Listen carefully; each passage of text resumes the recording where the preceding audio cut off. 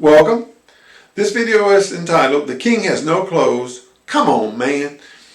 And this is the second in the series. I hope you got a chance to check out my first video, Voter Fraud, the Riddle Solved. It's where I examine the 2020 election, and we look at how that the Democrat invisible voter made a huge difference in the outcome of that election. Check it out. I think you'll enjoy. Now, I'm an old white man, and today I'm going to be talking about another old white man. And even so, I expect to be fully accused of being a white nationalist, a white supremacist, a racist, a homophobe, xenophobe, Islamophobe, and any other spells or incantations they can cast on me, as they try to hypnotize their voters not to listen to anything but what the Democratic intelligentsia has to say. Now, today is February 2021, and according to the media, the most popular elected official in U.S. history is walled off in D.C. behind barbed wire fences, stone concrete walls, and 30,000 military troops for his protection. This same office holder lost every single voting district in the United States that Hillary Clinton and Barack Obama won by quite a wide margin, except for 4 cities, those being Atlanta, Philadelphia, Detroit, and Milwaukee. And miraculously, while he underperformed Barack Obama and Hillary Clinton in all the other districts around the U.S., in these 4, miraculously, he outperformed Hillary Clinton and Barack Obama to become the next highest elected official in U.S. history. Really astounding if you think about it.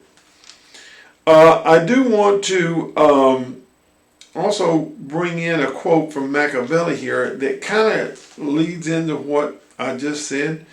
And Machiavelli says, "For the great majority of mankind are satisfied with appearances as though they were realities, and are often more influenced by the things that seem than those that are." Kind of makes you think about the past election. You know, every county in America he lost but 4, where he miraculously outperformed both Barack Obama and Hillary Clinton in 4 key swing states. Really amazing. But anyway, remember the things that are versus the things that seem to be. Now here's the other part of the verse. I think that quote is very applicable to today. I think that's the Democratic modus operandi. But here's one from Machiavelli that I don't think applies today. And he said, "No good man will ever reproach another who endeavors to defend his country, whatever be his mode of doing so." And this is my mode of doing so. But I think I will be reproached, as I said earlier. When I watch Joe Biden on TV, I'm really amazed. Of course, he doesn't take any questions because that would be too troublesome. And he reads off the teleprompter, and it reminds me of Chris Berman on ESPN when he goes, "Rumbling, bumbling, stumbling." That's the way Joe Biden, because he'll get mixed up and he'll say, instead of 3 million, he'll say 300, and he'll just like totally mess up reading it off the teleprompter.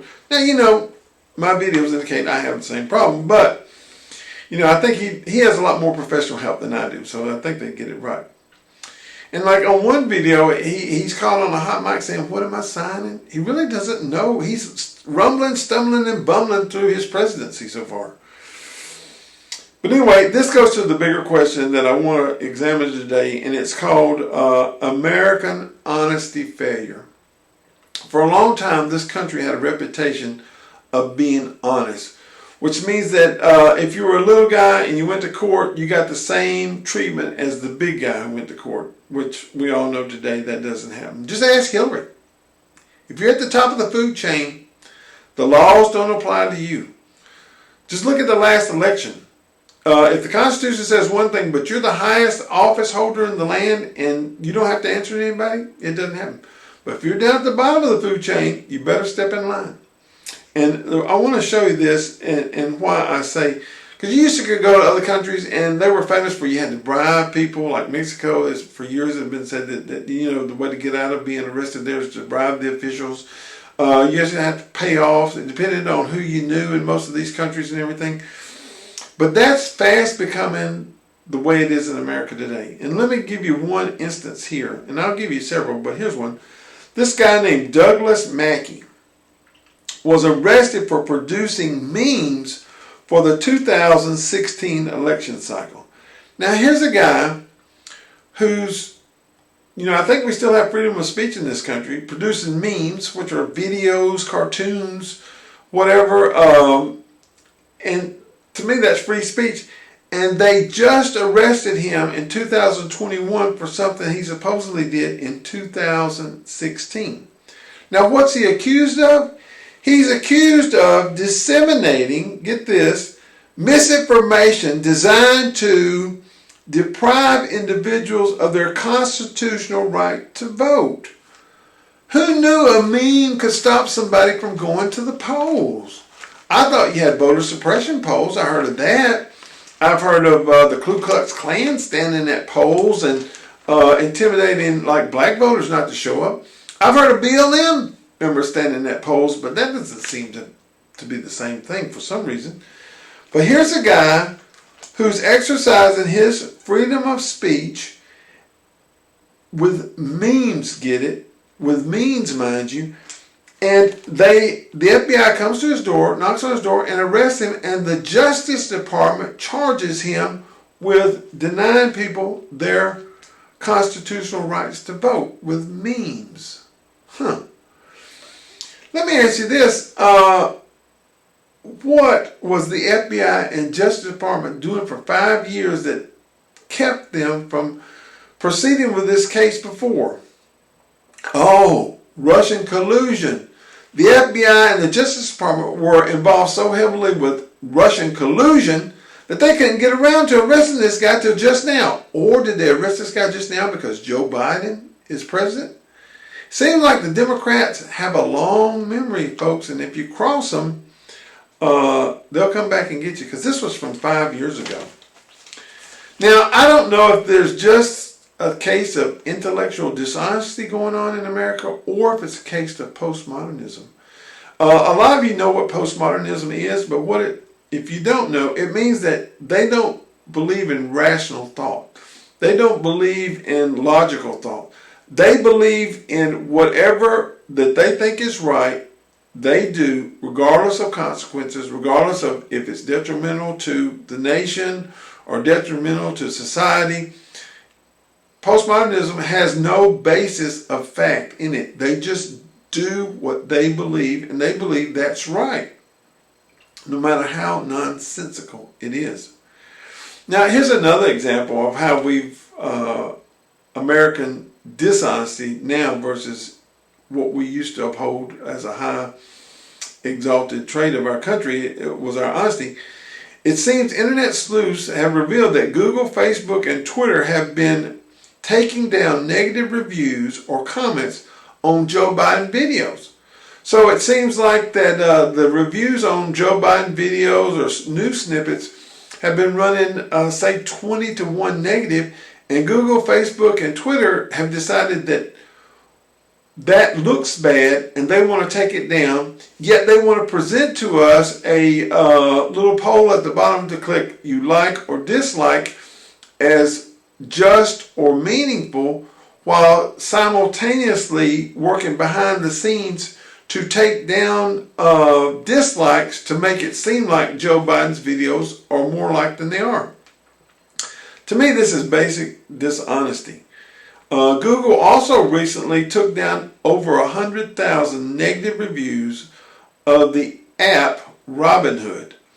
Now, this is, to me, it shows the game is rigged, because they want you to express your opinion on a video, and if it trends the wrong way now, they want to delete it, but they still want to give you the appearance that it's a legit poll. And I'm like, come on, man. This is a big thing in America. You don't piss down my back and tell me it's raining. And that's exactly what Google, Facebook, and Twitter and the Democratic Party are doing. They're pissing down our back and telling us it's raining. Now, if you've been in business before, this is no surprise to you, because they have companies called reputation management companies. And these companies specialize in going in and correcting reviews online, say Yelp or other reviews where a customer has given you a negative review and that could impact your business. So when you look at reviews on restaurants, on companies online, you see all these positive reviews. You never know that under the surface that these companies have paid money to a company that their profession is to delete this and give a false impression, while you're led to believe that the reviews are an impression of what actual people are saying, when in fact it's not. Well, the sad thing about this has transpired over from the private sector, which I still didn't think they should be allowed to do. I think that, if you work in business, you're going to meet up with crazy people. You're going to work with people who are not rational, and they're going to give you bad reviews, and that's something you're going to have to live with. But you can always put your point of view online as a counter to whatever they're saying, and then over time, if you're doing business correctly, it will work out as the good reviews will bury the one or two bad reviews. But if you're intentionally mistreating people and you're hiring reputation management people to purge these, then you're going to be dishonestly letting people think that they're coming to a business that is doing a higher quality of work than you're really doing. Now this brings me to the Republican Party, okay, and their feckless leadership and the case of Majorie Green. Now they've called for the removal of Majorie Green. And have you ever seen a party more bent on destroying themselves than the Republican Party? The greedy, fraudulent power structure of the Republican Party would rather sink the Republican ship than to give in to the populist revolt in the Republican Party of Donald Trump. But the Republican Party, they quiver whenever the media or the Democrats accuse one of the party members and want to eat themselves. And this is the case with this Majorie Green. Now, I don't know her specifically, but I think they're calling for her removal because she had espoused a conspiracy theory, supposedly, about a plane didn't hit the Pentagon. Now, I thought this was really weird when I've looked in it on the internet and I couldn't find a video showing a plane hitting the Pentagon except for a couple miles away, and that's even today. And I've heard all this stuff has been declassified, and I really think it's weird that there were no security cameras on the Pentagon that could have photographed this incoming plane coming in, as highly secure as the Pentagon is. Now, I still, for my sake, believe that a plane did hit the Pentagon. I still believe that people died and the plane wasn't accounted for. And the only way you can account for this is that a plane actually hit the Pentagon. But I think that she should have the right to question it. Just like we talked about Machiavelli, people don't question stuff enough. I think she has the right to question it. And I think she has the right to say, well, why didn't the Pentagon release videos where we could see it? Because I thought it was very strange. And the way the Pentagon reacted to it actually fueled conspiracy theorists, okay? Myself, like I said, this is not one of the conspiracy theorists that I adhere to. Now, remember, we were told for 4 years about Russian collusion, and remember how that Donald Trump colluded with foreign powers, and that turned out to be totally false. And I want to encourage you, there's a new song on the internet called Fake Woke, and I think it sums up where we're at today. But now, I want to say this, I believe in Jesus Christ, and He's the Son of God, and how long is it going to be before that's going to be considered a conspiracy theory, and it'll be grounds for removing people like me for thought crimes that, that I believe in a God and I believe in Jesus Christ. That one day is going to be thought crimes. They're moving in that direction, folks. I want you to think hard about what we talked about today, because it's real and it's coming. And if they can go to a guy's house 5 years ago for memes he posted on the internet, they can come to your house too. Because American honesty is no more. Thank you so much. Do what you can to change it. I'm the guy we're talking about, the good man. And now there's nobody good, according to Jesus, but I'm the man who's trying to work for the good of my country. Thank you, and God bless.